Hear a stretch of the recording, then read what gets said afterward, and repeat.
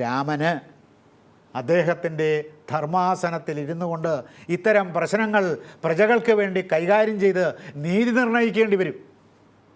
ന്യായാന്യായങ്ങൾ വേർതിരിച്ച് അദ്ദേഹത്തിന് പ്രസ്താവിക്കേണ്ടി വരും ജനങ്ങളുടെ മുമ്പിൽ. അപ്പോൾ സഹധർമ്മിണിയോടുകൂടി വേണം അദ്ദേഹം ഇരിക്കാൻ അദ്ദേഹത്തിൻ്റെ സിംഹാസനത്തിൽ. ഒരാളൊന്ന് വന്ന് പറയുകയാണ് രാമനോട്, ദാ എൻ്റെ ഭാര്യ എൻ്റെ വീട്ടിൽ നിന്ന് എൻ്റെ അനുവാദമില്ലാതെ മറ്റൊരാളോടുകൂടി ഇറങ്ങിപ്പോയിട്ട് 6 മാസം കഴിഞ്ഞ് മടങ്ങി വന്നിരിക്കുന്നു. അവളെ സ്വീകരിക്കണമെന്ന് പറയുന്നു. അവളെ ഞാൻ സ്വീകരിക്കില്ല, അവൾ എൻ്റെ വീട്ടിൽ കയറി താമസിക്കുന്നു, അവളെ അവിടെ നിന്ന് മാറ്റിത്തരണം. രാജാവ് രാജശക്തി ദണ്ഡനാധികാരം ഉപയോഗിച്ച്. രാമനിത് എങ്ങനെ ഇരുന്നാൽ കേൾക്കേണ്ടത്? ഇത് സീതയോടുകൂടി ഇരുന്ന് കേൾക്കണം. എന്ത് വിധി തീർപ്പതിൽ പറയും? രാജാക്കന്മാർ ഏറ്റവും കൂടുതൽ നേടിയിരിക്കേണ്ടുന്ന കാര്യം ധർമ്മം വിധിക്കാനുള്ള പരിശീലനത്തിന് അവർ വിധേയരായിരിക്കണം. നമ്മുടെ ഇന്നത്തെ ന്യായാധിപന്മാരെ പോലെയല്ല. ഇന്നത്തെ ന്യായാധിപന്മാർക്ക് ഒരു പ്രശ്നം കേട്ടാൽ ധർമ്മബോധമുണ്ടാകുന്നതിന് തക്ക യോഗ്യമായ എന്തു തരത്തിലുള്ള പരിശീലനത്തിലാണ് അവർ അതിനു മുമ്പ് വ്യാപൃതരായിരുന്നത്? ഒരു പരിശീലനവും അവർക്ക് സിദ്ധിച്ചിട്ടില്ല. വികാരങ്ങളെ നിയന്ത്രിക്കാനുള്ള പരിശീലനമാണ് ധർമ്മബോധമുണ്ടാകാനുള്ള മൗലികമായ കാരണം. ഏത് വക്കീലാണ് സ്വന്തം വികാരങ്ങളെ നിയന്ത്രിക്കാൻ പരിശീലിച്ചിട്ടുള്ളത്?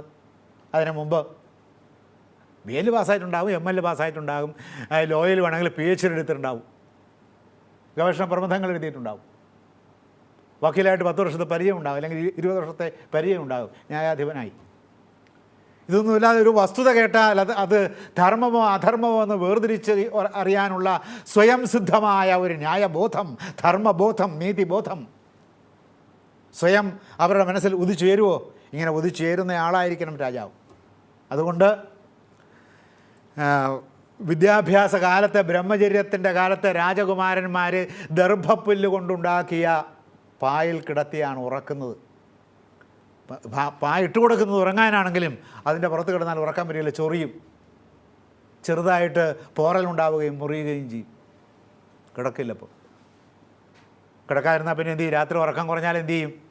രാത്രി ഉറക്കം കുറഞ്ഞാൽ പിന്നെ എഴുന്നേറ്റിരിക്കുമ്പോൾ പിന്നെ എന്ത് ചെയ്യും? എന്നാൽ പിന്നെ എന്തെങ്കിലും പഠിക്കാമല്ലോ എന്ന് വിചാരിക്കും, പഠിക്കാനുള്ള പാഠങ്ങൾ. അപ്പോൾ ഉറക്കം കുറയ്ക്കാനുള്ളൊരു വിദ്യയാണ് ദർഭപ്പുല്ല് കൊണ്ട് നെയ്ത പായിട്ട് കൊടുക്കുക.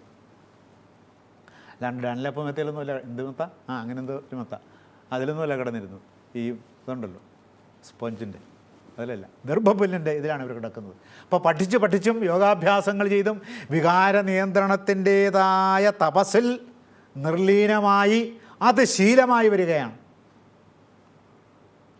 ഇപ്പോൾ വിടിൽ വായിക്കുന്ന അല്ലെങ്കിൽ വീണ വായിക്കാൻ ശീലമായവന് പിന്നെ പ്രത്യേക അഭ്യാസമൊന്നും വേണ്ട. തൊട്ടാൽ സംഗീതം വരും. എങ്ങനെ പിടിക്കണമെന്ന് പറഞ്ഞു കൊടുക്കണ്ട, തൊട്ടാൽ സംഗീതമാണ് വരുന്നത്. അതുപോലെ രാമൻ്റെ മനസ്സിൽ നിന്ന് പ്രശ്നം വന്നാൽ ഉടനെ നീതിയാണ് വരുന്നത്, ധർമ്മമാണ് പ്രവഹിക്കുന്നത്. അതിനങ്ങനെ ആലോചിച്ച് ബന്ധപ്പെടേണ്ട ആവശ്യമൊന്നുമില്ല. അധികം ആളുകളോട് കൂടിയാലോചിക്കേണ്ടതില്ല, ചർച്ച ചെയ്യേണ്ട ആവശ്യമില്ല, മന്ത്രിമാരെ വിളിച്ച് ആലോചിക്കേണ്ടതില്ല, ആരെയും വിളിച്ച് ആലോചിക്കേണ്ടാത്ത വിധത്തിൽ ന്യായം, നീതി, ധർമ്മം, സത്യം ഇവ തനിയെ തോന്നുന്ന മനസ്സിൻ്റെ തപോപരമായ സജ്ജത അദ്ദേഹത്തിനുണ്ടായിരുന്നു. ഇത് അദ്ദേഹത്തിന് പറയണമെങ്കിൽ കൂടെ ഇരിക്കുന്നയാൾ എങ്ങനെയുള്ള ആളായിരിക്കണം? അതുപോലെയുള്ള ഒരാളായിരിക്കണം തൻ്റെ വാമഭാഗത്തിരിക്കുന്നത്. സീത അങ്ങനെയുള്ള ആളല്ല ജനങ്ങളുടെ മുമ്പിൽ. എന്താണ് കാരണം? സീത 11 മാസം 20 ദിവസം രാവണൻ്റെ രാജധാനിയിലെ അശോകവനികയിൽ മറ്റാരും സഹായമില്ലാതെ ലോകത്തിലെ ഏറ്റവും സുന്ദരിയായ സ്ത്രീ ബിഡനായ ഒരു രാക്ഷസൻ്റെ രാജധാനിയിൽ ജീവിച്ചു എന്ന് പറഞ്ഞാൽ അവിടെ ആർക്കും സംശയമുണ്ടാകുന്നതാണ്, ചരിത്ര സംശയമുണ്ടാകും. അപ്പോൾ വീണ്ടും സ്വീകരിക്കണമെങ്കിൽ ചാരിത്രവതിയാണ് എന്ന് ജനങ്ങളോട് അഗ്നി വന്ന് പറയുക തന്നെ വേണം. വാൽമീകി ഉദ്ദേശിക്കുന്നില്ല അവിടെ രാമൻ്റെ പ്രശ്നം.